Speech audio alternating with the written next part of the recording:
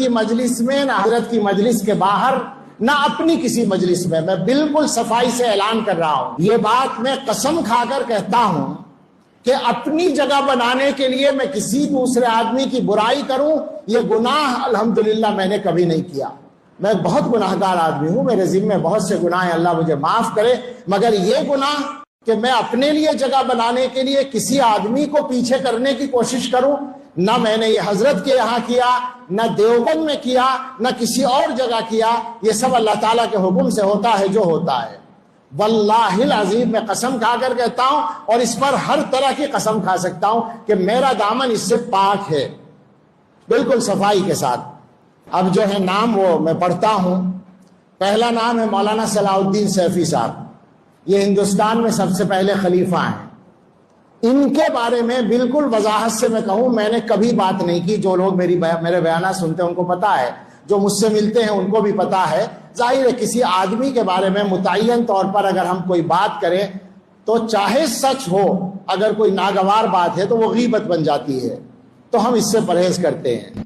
لیکن سلسلے کی مصلحت کے تحت اتنا اعلان ضروری سمجھتے ہیں کہ 2015 میں جب اتنا ہوا تھا اس کے بعد سے مولانا حضرت کے رابطے میں نہیں رہے.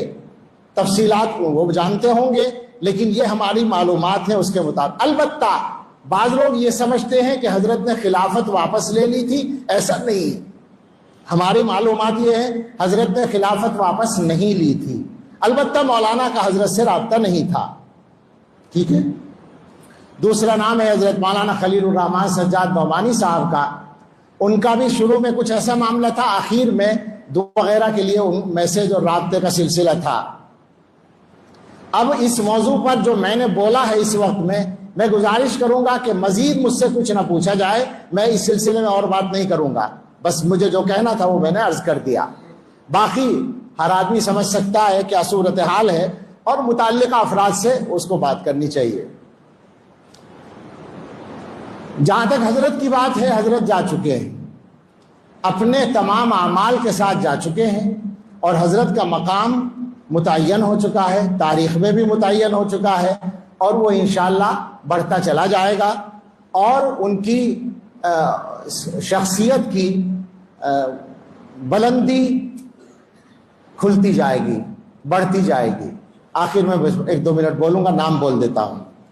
اس کے بعد نام ہے حضرت مولانا سید محمد طلحہ صاحب دامت برکاتہم، جو میرے دائیں طرف تشریف فرما ہے.